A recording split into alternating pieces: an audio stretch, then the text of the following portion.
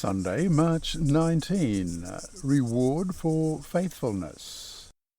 Read Hebrews chapter 11 and verse 6. What should this verse mean to us? How should we respond to what it says? Also read Revelation 22 verse 12, Isaiah 40 verse 10, and Isaiah 62 verse 11. What do all these texts teach us? First of all, Hebrews 11 verse 6. But without faith it is impossible to please him.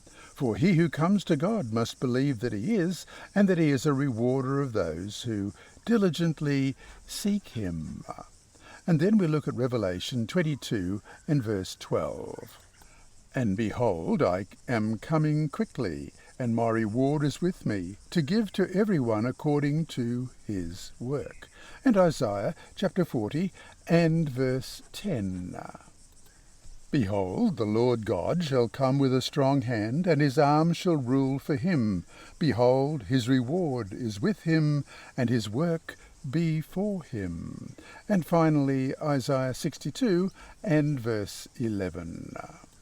That's Isaiah 62 and verse 11. Indeed, the Lord has proclaimed to the end of the world, say to the daughter of Zion, surely your salvation is coming. Behold, his reward is with him, and his work before him. What do all these texts teach us?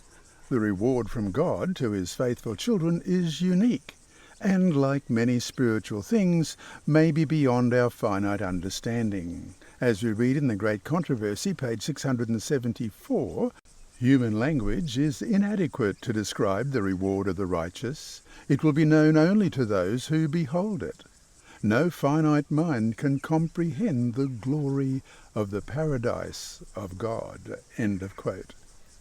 Jesus concluded the Beatitudes, which open the Sermon on the Mount, with these words in Matthew 5, verses 11 and 12. Blessed are you when they revile and persecute you, and say all kind of evil against you falsely for my sake. Rejoice and be exceedingly glad, for great is your reward in heaven, for so they persecuted the prophets who were before you. Matthew 5, verses 11 and 12. After listing the people of faith in Hebrews 11, Paul begins the next chapter explaining why Jesus was willing to die on the cross in Hebrews chapter 12, verses 1 and 2. Therefore we also, since we are surrounded by so great a cloud of witnesses, let us lay aside every weight and the sin which is so easily ensnares us, and let us run with endurance the race that is set before us, looking unto Jesus, the author and the finisher of our faith, who, for the joy that was set before him, endured the cross, despising the shame, and has sat down at the right hand of the throne of God. Being rewarded for faithfulness, however, is not the same as salvation by works. Who among us, or among any of the characters in the Bible, had works good enough to give them any merit before God? None, of course. That's the whole point of the cross. If we could have saved ourselves by works, Jesus never would have gone to the cross. Instead, it must be by grace, as we read in Romans 11 verse 6. And if by grace, then it is no longer of works, otherwise grace is no longer grace. But if it is of works, it is no longer grace, otherwise work is no longer work. Rewards, instead, are the mere outworking of what God has done for us and in us.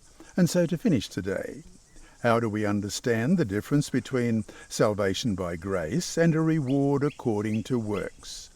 Bring your answer to class on Sabbath. This lesson was read by Dr. Percy Harrold for Christian Services for the Blind.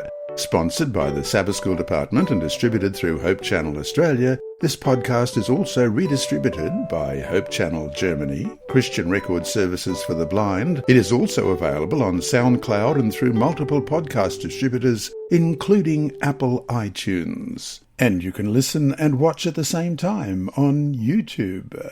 Remember, God is always faithful. And here is a disclaimer.